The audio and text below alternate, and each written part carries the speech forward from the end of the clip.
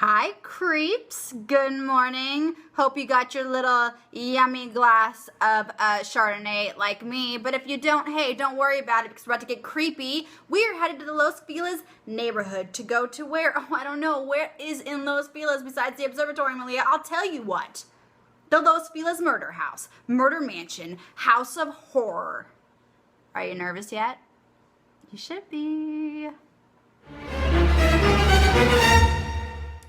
The history of this place. Okay, so it's a 1925 Spanish revival mansion. It's got like over 5,000 square feet. There's like a giant ballroom, like multiple bathrooms. It's on that windy little road that if you've ever been to the amazing Frank Lloyd Wright house, the Ennis house, it literally sits right underneath it. And that was built in 1924. So you can only assume the neighbors were like, yo, what's up, Mabel and Charlie Ennis? And they're probably like, yo, what's up? You're about to die in like a few years.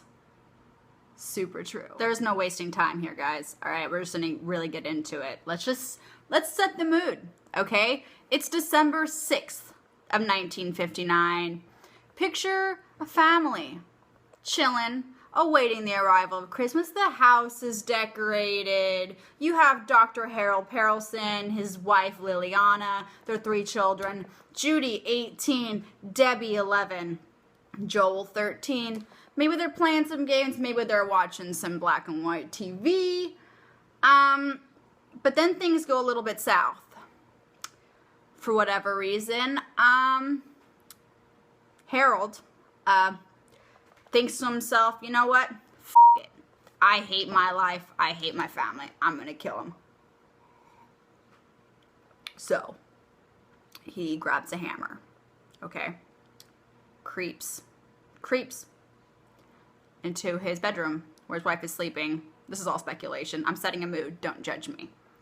Creeps in there, takes the hammer, holds it up. Bam! Smack! Bam! Right into the hole, just whacking away, just hitting her. Why didn't you get the Barbie? I told you to wait in line at Toys R Us. Debbie's gonna be so upset she didn't get her Barbie. Barbie's came out in 1959. Nice historical reference, Malia. Good job. Whack, dead.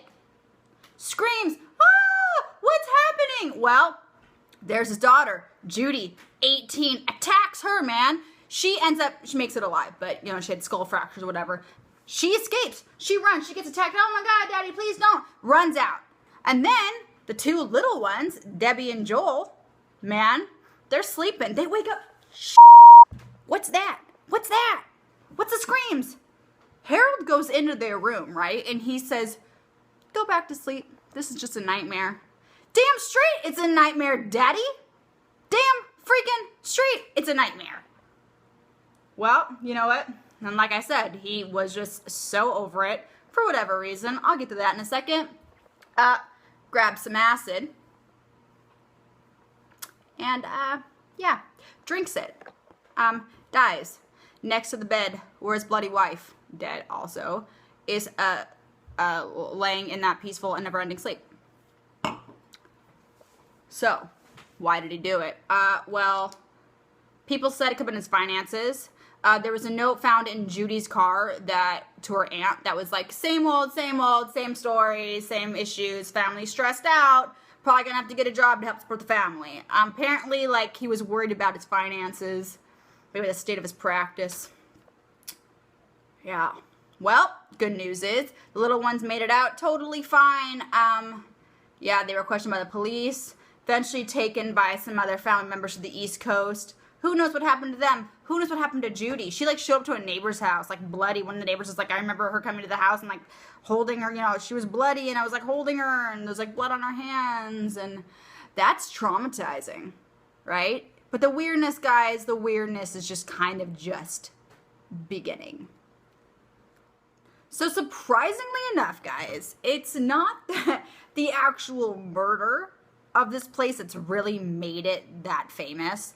What makes it so mysterious is the fact that it's literally sitting there completely unchanged since the day of the murder.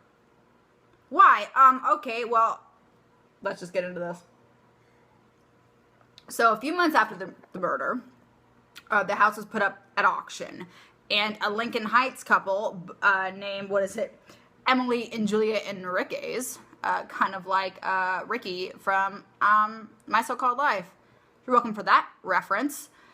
They buy the house and never move into it. They literally just use it as a storage place. Like, okay, you buy this mansion in Los Feliz and, just a brutal crime happened there. No big deal. Screw public storage. I need a mansion to store my stuff in. Why? What? 40 freaking years passes. Like, forever. It's sometime around 1994, like, they die, and the house is passed down to their son, Rudy, who, again, doesn't live there, does nothing to the house. I'm telling you, there are literally presents. Everything is there. The Christmas tree is there. The presents are there. Everything. 1959 magazines on the house. The TV set. Everything is the freaking same. Like, yeah, sure. There's some, let's throw a cover on that.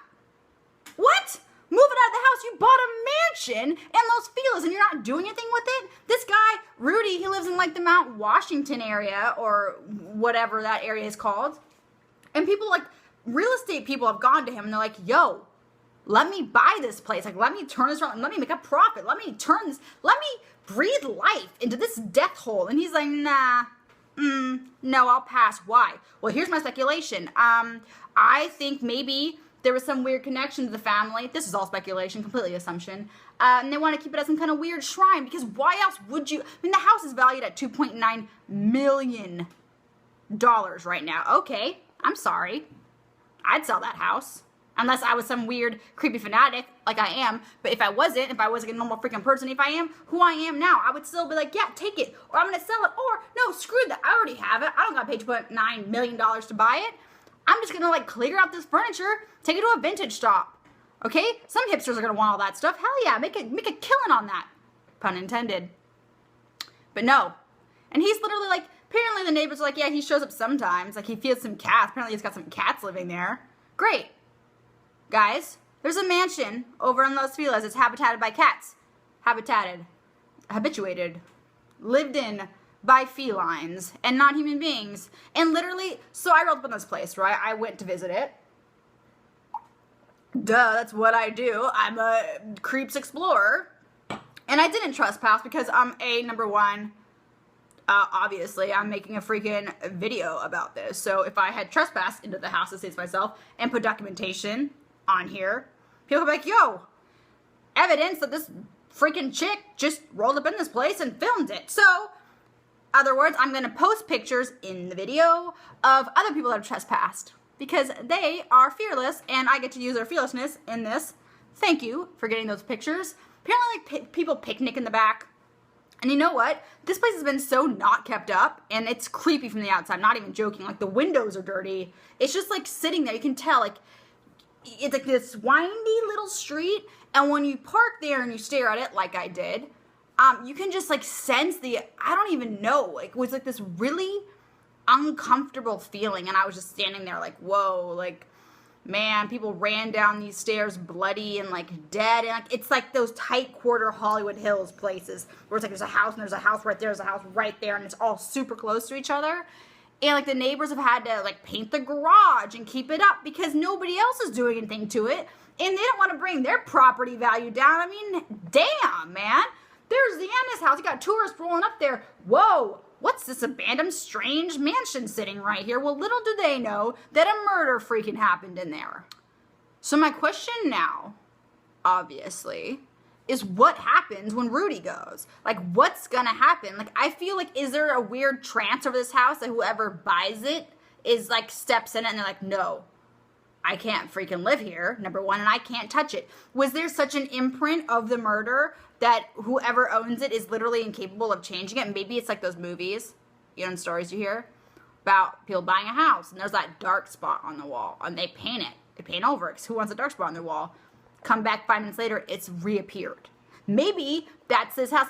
Maybe, just maybe, Emily and Julian tried to move the furniture and all of a sudden, bam, back. Pick that present up. There's presents sitting there that have been unopened since '59. Okay, I can barely stand staring at a present for like a week. 50 plus years, 60 plus years actually, if I could do math, it's been sitting there. The anticipation, God, I've been like, okay, yeah, daddy killed my family, but I'm taking my presents. Like, get something for that. Man, consolation prize for living. If you guys are interested in checking out the Glendower Place, Los Feliz Mansion of Murder, I will provide the address down below. Thank you so much to the trespassers that have come before me for providing the pictures. If you want to go give it a shot yourself, give it a shot and go in there. Apparently it's like super easy to get in there because apparently nobody lives there. But either way, if you guys like what you see, please, please, please subscribe, share with fellow creeps. I have some really exciting episodes coming your way. Yeah, I hope you guys have a really scary Monday, and I will see you later. Bye-bye.